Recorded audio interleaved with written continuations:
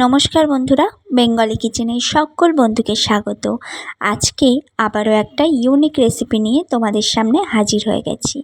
দেখো, বানাচ্ছি এখানে পদ্মকচু পাতার ভর্তা, যার জন্য পদ্মকচু পাতাগুলো খুব ভালো করে ধুয়ে শিরাগুলোকে ছাড়িয়ে নিয়ে বেশ খানিকটা জলে সিদ্ধ বসিয়েছি। সিদ্ধ হয়ে গেলে জল ছেঁকে পুরো জলটাকে চেপে চেপে বের করে নিতে হবে, যেভাবে আমরা কচু শাকটা রান্না করি।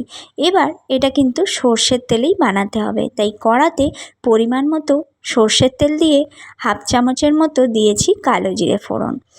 অনেকটা কচু পাতা দেখো কত কম হয়ে গেছে। আর দিয়েছি এখানে 2-3 কোয়া রসুন থেঁতো করে, একটা কাঁচা লঙ্কা দিয়েছি। এই কাঁচা লঙ্কাটাই খুব ঝাল, তাই কম করেই দিয়েছি। এখানে যত বেশি ঝাল দিয়ে বানাবে ততই কিন্তু এই কচু পাতা খেতে বেশি ভালো লাগে।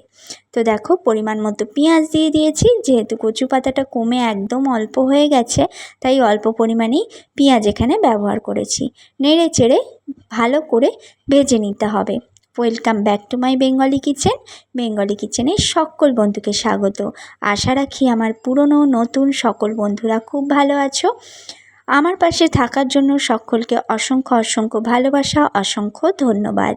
তো দেখো, এখানে পরিমাণ মতো হলুদ দিয়ে দিয়েছি ভাজা হয়ে যাওয়ার পর। আর দেব অল্প পরিমাণ একটু লবণ, মানে যে পরিমাণ লবণ লাগবে সেই পরিমাণটা বুঝেই কিন্তু দিতে হবে। পাতার পরিমাণটা বুঝেই কিন্তু লবণটা অ্যাড করতে হবে। তারপরে দেখো, জল ছেঁকে নেওয়া পাতাটাকে আমি এখানে দিয়ে দিলাম। এবার যতক্ষণ না এই পাতার জলটা পুরো শুকিয়ে যাবে ততক্ষণ অবধি এটাকে নেড়ে চেড়ে সুন্দর করে ভেজে নিতে হবে। গরম গরম ভাতের সাথে একটা দিন যদি এই পাতার ভর্তা খাও তাহলে কিন্তু বারবার বানাতে ইচ্ছা করবে। গরম ভাতে, গরম গরম ধোঁয়া ওঠা ভাতে এরকম কচু পাতার ভর্তা দারুণ খেতে লাগে। আমি এটা প্রায়ই বানাই, কারণ আমার ভীষণই ভালো লাগে। অবশ্যই একটা দিন ট্রাই করে দেখো, তোমাদেরই আশা করি ভালো লাগবে।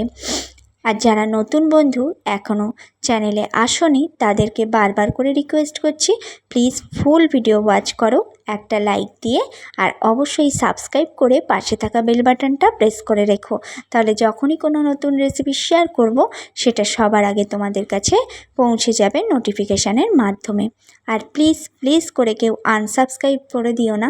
অবশ্যই যাব, হয়তো 2-1 দিন দেরি হয়, কিন্তু তোমাদের পরিবারে কিন্তু অবশ্যই আমি যাব। তো দেখো, এখানে জলটা শুকিয়ে গেছে। এবার আমি অর্ধেকটা লেবুর রস এখানে চিপে দিয়ে দিচ্ছি। লেবুর রসটা দিয়ে আবারও একটু নেড়ে চেড়ে কিছুক্ষণ ভেজে নিতে হবে। এই লেবুর রসটা দেওয়ার কারণে কিন্তু যতটুকু আর কি কচু পাতার একটা ভয় থাকে, কচু শাক বা কচু পাতার, সেই ভয়টা কিন্তু আর থাকবে না। আমি এখানে লেবু ব্যবহার করেছি, চাইলে তোমরা এখানে তেঁতুলও ব্যবহার করতে পারো।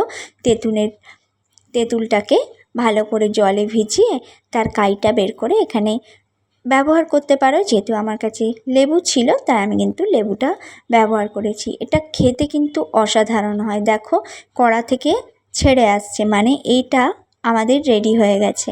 ব্যাস, তাহলে আর কি, গরম গরম ভাতের সাথে পরিবেশন করো, দেখবে খেতে কিন্তু অসাধারণ লাগে। যেমন টেস্টি তেমনই কিন্তু দুর্দান্ত লাগে। তো চলো, সকলকে অনেক ধন্যবাদ, অনেক ভালোবাসা, সাথে থেকো, পাশে থেকো, টাটা।